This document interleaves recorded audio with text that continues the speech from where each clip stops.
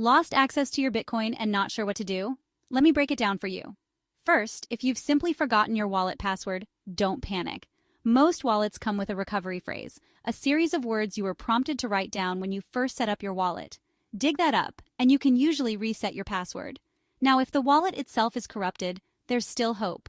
There are software tools specifically designed to recover data from corrupted wallets. Do some research and use trusted tools to try and restore access. But what if you sent Bitcoin to the wrong address? Unfortunately, without the private keys to that address, there's no way to retrieve those funds. This is why it's crucial to double-check addresses before sending any transactions. To avoid future mishaps, always back up your wallet information. Store those recovery phrases in a secure location. Think safe deposit boxes or encrypted digital files. And consider using a hardware wallet for added security. Remember, consulting professionals can be a good option, but always be wary of scams. Stick to well-known and reputable services. In summary, recovering lost Bitcoin depends on how it was lost.